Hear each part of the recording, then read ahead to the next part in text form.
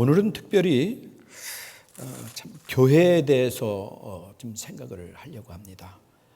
계속해서 에베소서를 공부하다가 절기주의를 맞이해서 예수님의 그 순환에 대해서 여러분들에게 말씀을 증거했었는데, 다시 이 에베소서를 연결하는 그러한 말씀으로 이제 말씀을 우리가 상고하면서 은혜를 받으려고 합니다. 우리가 이 세상에서 살면서 축복하는데 과연 어떠한 그 삶이 축복이냐? 특별히 우리 그리스도인들도 예수 믿으면 축복받는다, 예수 믿으면 하나님께서 복을 주신다고 늘 우리가 믿고 또 말도 하고 또 전도할 때마다 예수 믿어야 축복받는다고 말을 하는데, 과연 우리가 말하고 있는 그 축복은 어느 기준을 가지고 축복을 하고 있는가? 제가 어느 책을 보니까 많은 그리스도인의 그 삶 속에서 축복이 세상의 축복을 가지고 축복이라고 말을 하는 사람들이 있다고 하는 것을 제가 들었습니다. 그리고 읽었습니다. 그런데 사실은 우리 그리스도인의 축복은 하늘로부터 임하는 축복이 진정한 축복이고, 하늘로부터 임하는 그 축복 속에서 우리는 이 따위의 모든 것들을 기쁨으로 감사함으로 받을 수 있으므로 하나님께서 주시는 은혜가 있을 때에 세상의 것도 우리에게 축복이 될 수 있다 하는 사실을 우리가 알아야 됩니다. 요한 3서에 보면 내 영혼이 잘됨과 같이 범사가 잘되고 강건하게 되리라고 하는 말씀이 있습니다. 이 말씀은 무슨 말씀이냐 하면은, 내 영혼이, 내 이 속사람이 하나님과의 관계가 바로 맺어지고 하나님과의 관계 속에서 끊임없이 사랑의 관계로 우리가 아름답게 축복을 누릴 수 있는 그러한 은혜의 삶을 살게 될 때에, 그 하나님의 은혜 속에서 내 영혼이 잘 되면 세상의 모든 것들은 다 나에게 하나님이 주시는 축복이다. 하나님이 주시는 축복이다. 심지어 여러분, 극단적으로 말씀을 드린다고 한다면, 예수 그리스도 안에서 하나님과의 관계가 잘 맺어지게 되면은 감옥에 간다고 할지라도 의롭게 내가 믿음 안에서 살다가 감옥에 갈 수도 있다는 것이죠. 초대교회에 보면은 사도들이, 또 모든 초대교회 성도들이 예수 믿는다고 하는 그 이유 하나 때문에 감옥에 가고, 또 원형극장에서 짐승들에 의해서 찢김을 당하게 되고 불이익을 당하게 되고 물질의 손해를 보게 되고 또 환경의 어려움을 당하게 되는 그러한 환경에 있었지만은, 그들은 그 안에서 오히려 감사했고, 그 안에서 찬송했고, 그 안에서 주님과 함께 고난받는다고 하는 그 이유 하나만으로 주님의 고난에 동참하는 그 믿음 속에서 감사하면서 하나님 앞에 영광을 돌릴 수가 있었던 것입니다.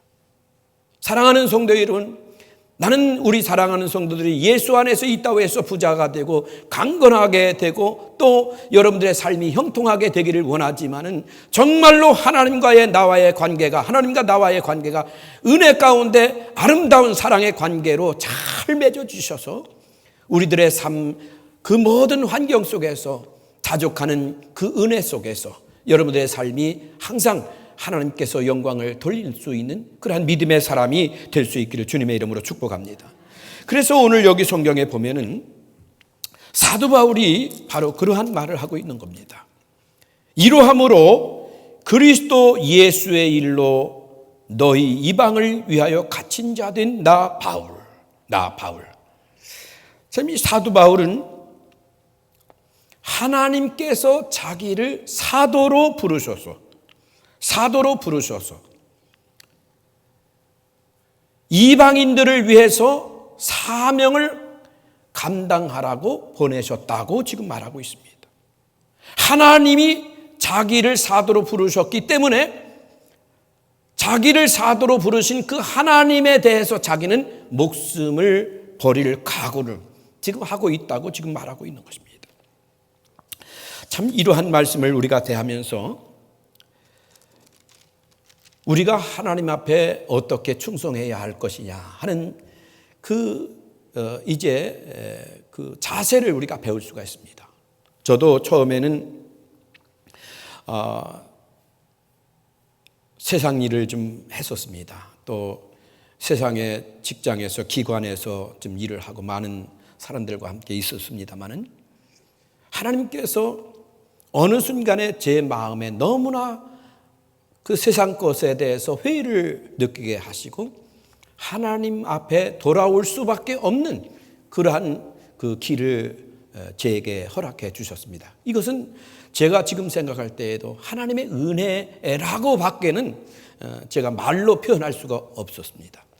그래서 늦게 제가 목회의 길로 들어서서 처음으로 제가 목회를 하게 될 때 목회를 하면서 하나님께서 나를 세상 길로 빠지지 않냐고 다시 불러서 당신의 사람으로서 또 말씀을 전거하는 사역자로서 부르셨다.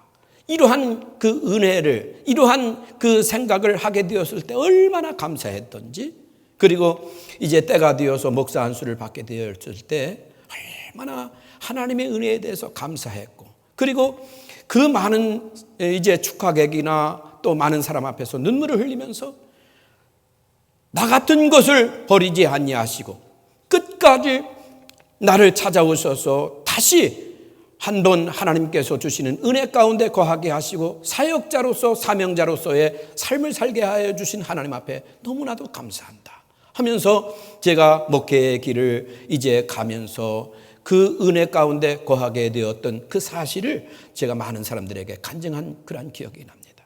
그러면서 지금까지 저는 정말로 주님의 일을 감당하는 이 일에 대해서 때로는 좋은 일도 많이 있었지만은 힘든 일도 목회하는 가운데 왜 없었겠습니까? 그러나 그러한 가운데에서라도 나 같은 것을 불러서 가장 연약하고 미련하고 못난 것임에도 불구하고 불러서 하나님의 사람으로 세워주셨고 또 말씀의 사역자로 세워주셔서 목회를 하게 하신 하나님이 너무나도 고맙고 감사해서 하나님 앞에 영광을 돌리며 또 찬양하며 사역을 감당하는 그러한 길을 지금 제가 부족하지만 걷고 있는데 이 사도 바울이 바로 그러한 믿음의 자세를 가지고 있었던 사람입니다. 나는 우리 교회 성도들이 특별히 직분자들이 이러한 사도 바울의 믿음을 꼭 가져야 된다고 그렇게 생각을 합니다. 그러지 아니하고는 우리가 주님의 일을 할 때에 감격할 수 있는 믿음을 가질 수가 없습니다. 그러지 아니하고는 우리가 주님의 일을 감당할 때에 내 의가 드러날 수밖에 없습니다. 우리 하나님께서 우리를 선택해서 사명을 주신 것은 당신을 위해서 쓰기 위해서 우리를 도구로 사용하여 주신 것입니다. 그러므로 도구가 된 우리들은 마땅히 나를 세워주셔서 쓰시는 하나님의 영광을 위해서 내가 주님 앞에 드려져야지 나의 의를 나타내려고 한다고 한다면 그 순간부터 우리는 하나님 아버지 앞에서 바른 사역자가 될 수 없고 사명자가 될 수 없고 직분자가 될 수가 없고 또한 하나님의 사람으로서의 모습이 아니라고 하는 사실을 우리가 생각을 할 수 있습니다. 그래서 사도 바울은 나는 예수님의 일로 하나님의 은혜 가운데 선택되어서 사명을 받은 자다. 그러므로 주님을 위해서 사역을 하다가 지금 내가 옥에 갇혀 있을지라도 나는 조금도 그 일에 대해서 부끄럽지 아니하다. 고통스럽지 아니하다. 오히려 주님과 함께 고난당하는 이 일로 인해서 나는 하나님 앞에 영광을 돌릴 수밖에 없다 하는 사실을 말씀하고 있습니다. 그러면 참 이 사도 바울이 하나님으로부터 사명을 받아가지고 사역을 하는데 여기 성경에 보면은 하나님의 비밀을 내가 깨달았다 그런 말을 하고 있습니다. 하나님의 비밀. 하나님의 비밀이 무엇이냐? 그것은 예수 그리스도를 말하고 있는 겁니다. 당시에는 아브라함의 후손인 이스라엘 사람들만 나는 하나님의 선택된 선민이다. 그렇게 생각을 했었습니다. 그래서 이스라엘 백성들이 자기의 동족이 아닌 모든 사람들은 다 이방인들을 가리켜서 짐승과 같은 사람으로 대했습니다. 그런데 사도 바울은 하나님으로부터 은혜 가운데 사도로 부르심을 받고 또 하나님의 말씀을 통해서 깨닫고 보니까 예수 그리스도야말로 온 인류를 위해서 하나님께서 예비하신 구원의 도구였다 하는 사실을 깨달은 것입니다. 예수 그리스도를 아브라함의 후손으로 이 세상에 보내신 것은 이 세상의 모든 인류를 구원하시기 위한 하나님의 계획이었다. 하나님의 숨겨진 비밀이었다. 이 사실을 깨닫고 사도 바울은 예수 그리스도를 위해서 이방인들에게 증거하는 삶을 살기를 시작한 것입니다. 그래서 그 일을 위해서 사역할 때 얼마나 사도 바울이 어려움을 겪었는지 몰라요. 유대인들에게 어려움을 겪습니다. 또 헬라인들에게 어려움을 겪습니다. 모든 이방 사람들이 사도 바울에게 어려움을 주고 있지만 사도 바울은 하나님께서 나를 부르신 것은 은혜 가운데 나 같은 사람에게 하나님의 일을 하게 하신 것은 바로 이 비밀을 모든 사람에게 알게 하셔서 이방인들로 하여금 그리스도 안에서 하나님의 자녀가 되게 하는 그 일을 나로 하여금 선포하게 하는 것이다 하면서 사도 바울이 지금 사역을 감당하고 있는 것입니다. 사랑하는 성도 여러분, 하나님이 우리를 부르신 이유가 무엇입니까? 물론 우리를 선택하셔서 우리의 입술로 하나님의 영광을 받으시고 우리를 선택하셔서 모든 죄악 속에서 구별하여서 하나님의 거룩한 자녀로 삼아주셔서 하나님의 은혜와 그 축복 속에서 살게 하시는 그러한 아주 놀라운 그러한 경륜이 있지만 그보다도 더 중요한 것은 우리 각 사람들을 통해서 사도 바울이 깨달았던 그 비밀인 그리스도를 모든 사람들에게 증거하기 위함이라고 하는 사실을 우리가 기억하면서 이후로 우리의 삶이 주님을 증거하는 일에 더욱 전심전력하면서 충성할 수 있는 여러분들이 될 수 있기를 주님의 이름으로 축복합니다. 저는 참 교회를 생각할 때마다 이민교회의 특성이 좀 있는 것 같아요. 제가 20년 넘게 이렇게 목회를 하면서 이민교회만이 갖는 특성이 있다. 그러면서 나름대로 거기에 대한 논문도 쓰고 또 기고도 하고 이렇게 합니다마는 오늘날 교회의 모습이 과연 세상 사람들에게 어떠한 모습일까? 우리 제일 한인 침례 교회가 이 지역에 과연 어떠한 모습으로 많은 사람들에게 보여지고 있을까 하는 생각을 하고 있습니다.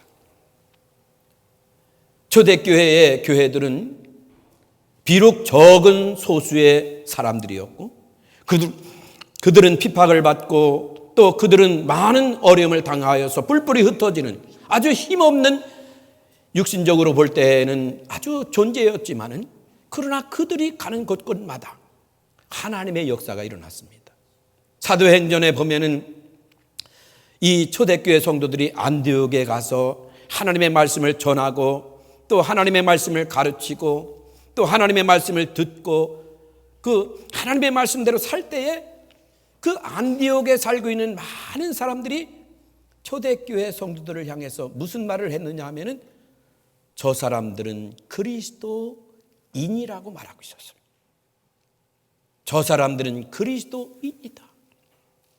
처음으로 초대교회 성도들이 뿔뿔이 흩어져서 복음을 위해서 사는 그들의 모습을 보면서 이방 사람들이 저 사람들은 그리스도인이다. 그리스도인이라고 하는 말은 그리스도에게 속한 사람이라는 뜻입니다. 그리스도인이라는 말은 그리스도를 닮은 사람이라는 말입니다. 얼마나 명예로운 명칭입니까? 여러분들은 우리 제일교회 사랑하는 성도 여러분, 이 지역의 많은 여러분들의 친구들이 여러분들을 보고 무엇라고 말하고 있습니까? 여러분들의 가정에서 여러분들의 가장 가까운 이제 가족들이 여러분들을 보고 뭐라고 말하고 있습니까? 한 교회의 영적인 권세는 성도 한 사람 한 사람에 의해서 이루어지게 됩니다. 아, 저 교회는 참으로 영적인 교회다. 저 교회는 참으로 하나님이 사랑하시는 교회다. 하나님이 사랑하시는 교회가 사람이 많고 적음을 떠나서, 물질이 많고 적음을 떠나서 어떻게 구분을 할 수 있습니까? 영적인 파워를 통해서 결정을 할 수 있습니다. 그 영적인 파워는 많은 사람들이 모여서가 아니라 성도들 한 사람 한 사람이 과연 그의 모습 속에서 그리스도가 보여지고 있는가에 달려 있습니다. 만약에 여러분들의 그 모습 속에서 이 지역의 많은 사람들이 당신은 정말로 주님을 닮은 사람입니다. 당신은 정말로 주님이 함께 하시는 사람입니다. 이러한 말을 들을 수만 있다고 한다면, 이러한 말을 우리가 듣고 있다고 한다면 그 교회는 하나님이 역사하시는 능력이 있는 교회인 줄로 믿습니다. 그러한 성도는 정말로 이 시대에 하나님이 쓰시는 귀한 일꾼으로서의 삶을 살 수 있을 줄로 믿습니다. 사랑하는 성도 여러분, 우리가 정말로 주님을 사랑하는 믿음을 가지고 주님 앞에 무릎을 꿇고 말씀을 듣고 그 말씀대로 사셔서 초대교회의 그리스도인들처럼 여러분들도 이 지역에서 칭송받는, 주님을 사랑하는 백성으로서 인정받는 그러한 은혜가 있기를 주님의 이름으로 축복합니다. 정말로 초대교회의 그 작은 소수의 그리스도인들이 거대한 로마를 완전히 정복했던 그러한 모습을 우리가 생각을 할 수 있습니다.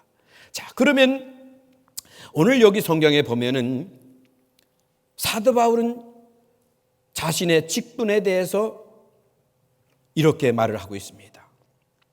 모든 성도 중에 지극히 작은 자보다 더 작은 나에게 이 은혜를 주신 것은 측량할 수 없는 그리스도의 풍성을 이방인에게 전하게 하셨다.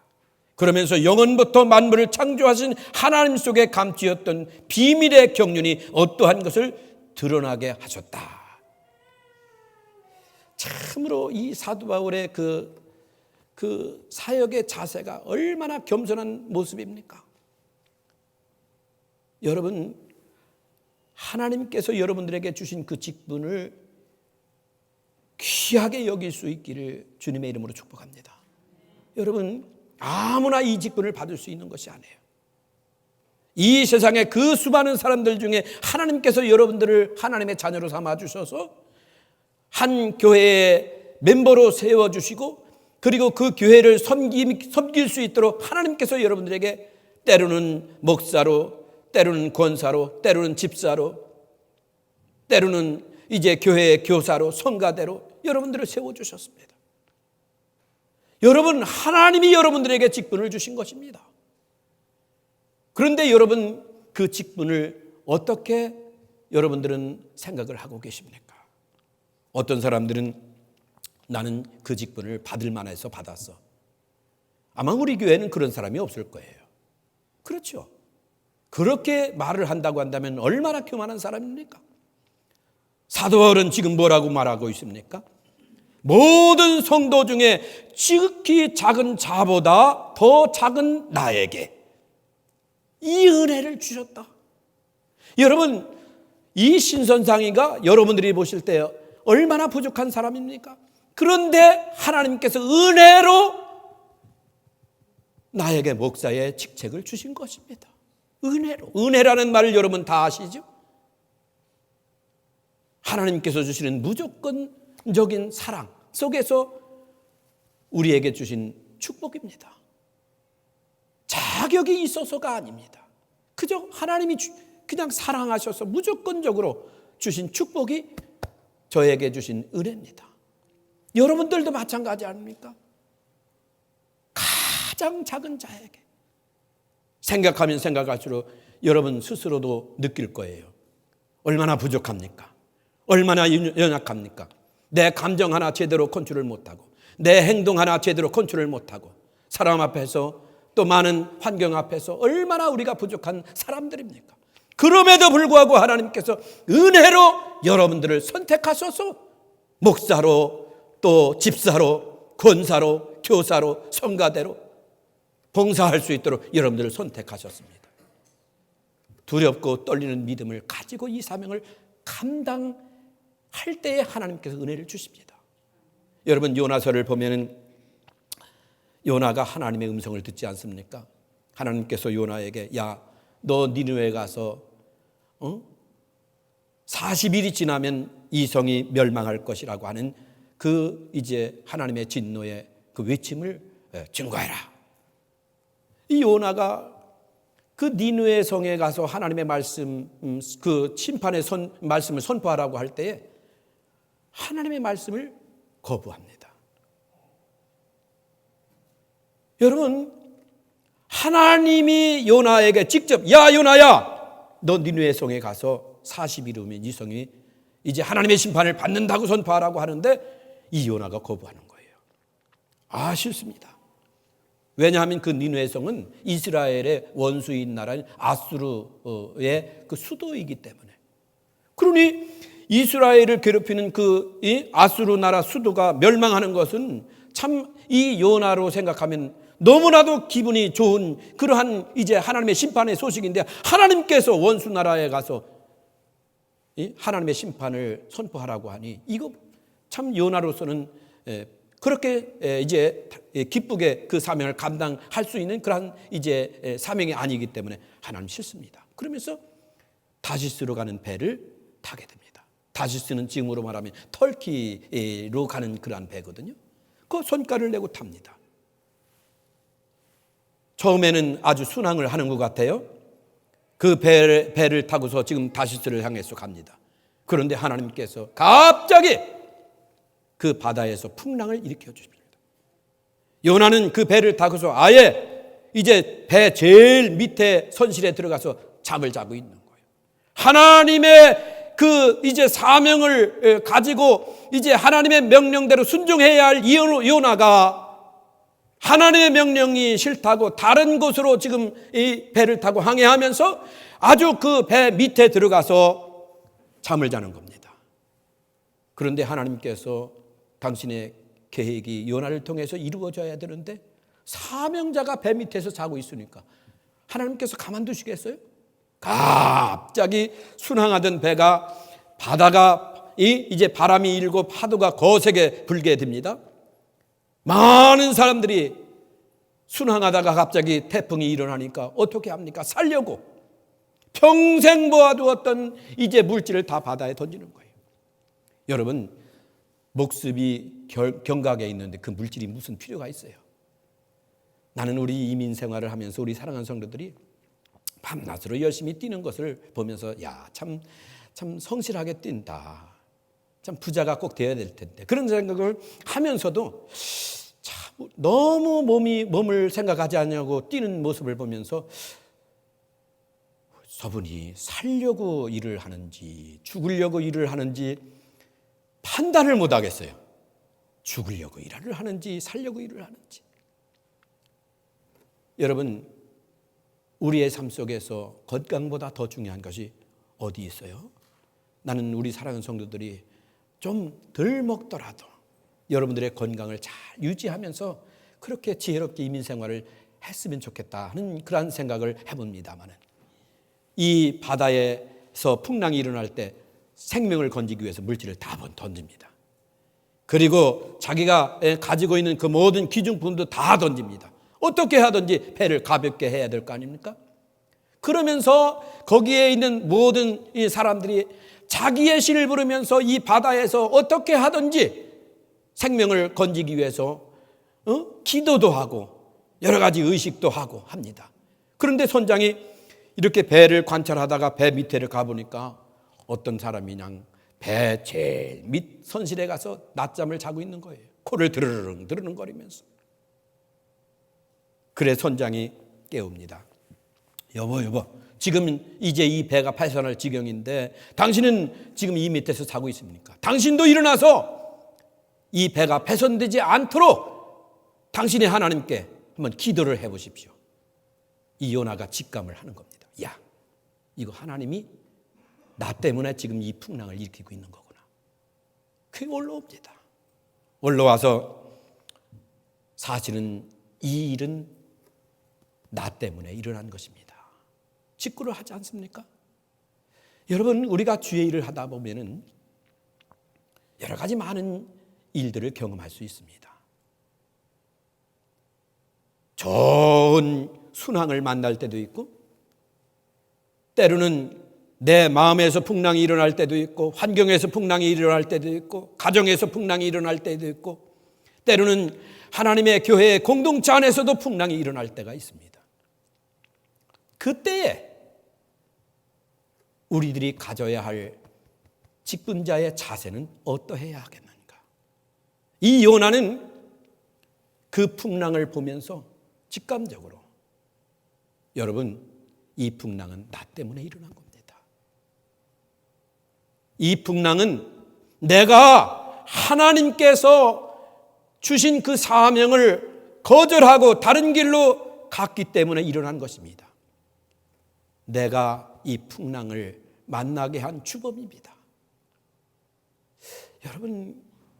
여러분들의 마음속에 그러한 그 마음을 좀 가졌으면 좋겠어요. 가정에서 어떤 문제가 일어났을 때, 여보, 당신 때문이야. 이것이 아니라 나 때문에. 어떠한 공동체 안에서도 당신 때문에가 아니라 나 때문에, 내가 하나님의 뜻대로 바로 살지 못해서, 내가 하나님께서 주신 그 사명을 바로 감당하지 못해서 나 때문에 이 풍랑이 일어났습니다. 내가 죄인입니다. 이러한 자기 자신의 발견이 얼마나 귀중한 발견입니까? 그래서 그 배에 있는 많은 사람들이, 그러면 요나야, 네가 하나님의 명령을 어겨서 이 문제를, 이 풍랑이 일어났다고 한다면 우리들이 너에게 어떻게 했으면 좋겠느냐? 그때 요나가 나를 던져서 바다에 던져라. 나를 들어서 바다에 던져라. 자기가 죽는 거죠. 여러분, 문제 해결은 내가 죽으면 됩니다. 믿습니까? 문제 해결은 하나님의 은혜 안에 들어가서 내가 죄인입니다. 내가 잘못했습니다. 내가 하나님 앞에 바로 순종하지 못하고 사명에 게을렀습니다 하면서 회개하면서, 하나님, 내가 십자가 앞에서 죽겠습니다. 그러면서 내가 죽을 때에 그 문제가 해결될 수 있습니다. 요나가 물속에 들어갔을 때 하나님께서 큰 물고기를 준비해서 요나를 덥석 받아먹게 했지 않습니까? 그리고서는 어떻게 됐습니까? 바다가 언제 풍랑이 일어났는지 잔잔해지고 배에 타고 있는 많은 사람들이 다 살게 됩니다. 요나가 그 고기 뱃속에 들어가서 3일을 회개를 합니다. 생각을 해보세요. 고기 큰 뱃속에, 윗속에 들어갔으니 답답도 하고 어떻게 했어요? 그 속에 들어가서 하나님 앞에 요나서 2장에 보면은 얼마나 회개를 하고 있는지 몰라요. 눈물 콧물 흘리면서 정말로 지옥에 들어간 것 같은 그러한 환경 속에서 하나님 앞에 정말로 온 정성을 다해서 회개할 때에 하나님께서 시간이 되었을 때 요나를 이제 그 육지에 뱉어나게 됩니다. 요나가 니느웨 성에 들어가서 이제는 뭐 초이스가 없는 거죠. 어떻게 하나님을 피해서 내가 갈 수 있겠는가 생각하면서 니느웨 성에 들어가서 살 길을 다니면서 이 성이 하나님의 심판을 받게 될 것이다. 40일 후면 하나님의 심판이 이 성에 임할 것이다. 외치고 다닙니다. 그때 이 요나의 그 하나님의 메시지를 선포하는 그 역사가 니느웨 성에서 어떻게 일어나고 있습니까? 왕으로부터 온 신하들이, 온 어린아이들까지 금식을 선포하게 됩니다. 심지어 짐승까지도 금식을 선포하게 됩니다. 그리고서는 하나님의 구원을 받게 됩니다. 할렐루야. 사랑하는 성도 여러분, 우리 교회가 영적으로 파워가 있는 교회가 되기를 주님의 이름으로 축복합니다. 우리 사랑하는 성도들이 하나님의 능력을 가지고 이 지역을 복음화하기 위해서 이제 우리를 선택하셨는데 여러분들이 이 지역에서 하나님께서 기뻐하시는 능력의 사람이 되기를 주님의 이름으로 축복합니다. 그러기 위해서는 어떠한 풍랑이 일어날 때, 어떠한 문제가 일어날 때 다른 사람에게 전가하지 말고, 하나님, 내가 기도하지 못했습니다. 내가 하나님의 음성을 들었는데 그 음성대로 순종하지 못했습니다. 하나님께서 나 같은 것에 이렇게 귀한 직분을 주셨는데 그 직분을 내가 바로 감당하지 못했습니다. 하나님, 내가 죄인입니다. 주님의 십자가에 내가 못 박아 죽기를 원합니다 하면서 내 자신이 죽고 철저하게 회개하고 하나님의 은혜 가운데 다시 돌아오게 될 때에 우리의 입술을 통해서 전파되는 말씀이 이 지역의 수많은 영혼들을 구원하는 구원의 역사가 일어날 줄로 믿습니다. 사랑하는 성도 여러분, 우리 교회가 하나님께서 이 지역을 복음화하기 위해서 세워주셨다고 하는 사실을 여러분 아십니까? 저는 참 이 교회에서 23년 목회를 하면서 우리 교회를 하나님이 어떻게 사랑하셨고 어떻게 인도하셨고 어떻게 역사하셨다고 하는 사실이 정말로 제 마음속에서 역사로 기록이 되고 있습니다. 증거가 되고 있습니다. 제가 매일매일 목회 일기를 쓰면서 하나님께서 이렇게 역사하셨다, 하나님께서 이렇게 축복하셨다, 하나님께서 이 순간에 이러한 성도를 통해서 이렇게 또 역사하셨다, 다 기록을 하고 있습니다. 아마도 하나님께서 하늘나라의 생명책에 그리고 또 하늘나라에서 우리를 위해서 주실 상급을 위해서 다 기록하실 줄로 믿습니다. 이 교회를 위해서 또 이 지역을 위해서 사랑하는 성도들이 이렇게 일을 하고 있었고 이렇게 애끓는 기도를 하고 있었고 이렇게 자신을 희생했었고 이렇게 물질을 희생했었고 이렇게 모든 삶을 주님 앞에 드렸었고 이것이 하늘나라에 다 기록 이제 되어서 이후에 하나님께서 분명히 여러분들에게 상급을 주실 줄로 믿습니다.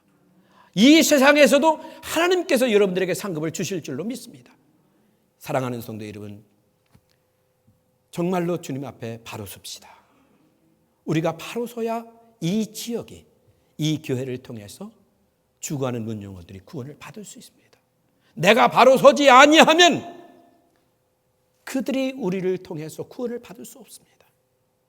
정말로 내가 주님을 닮은 사람이 되어서 정말로 내가 그리스도에게 속한 사람이라고 하는 사실을 이 지역의 많은 사람들이 우리를 보고 인정할 때에 우리는 우리의 입술에서 나오는 말씀이 역사가 일어날 수 있을 줄로 믿습니다. 우리 제일교회가 이 지역에서 이 지역을 움직이는, 우리 제일교회가 이 지역의 수많은 영혼들을 구원하는 그러한 교회가 되기 위해서 우리의 믿음이 더 성장할 수 있기를 주님의 이름으로 축복합니다.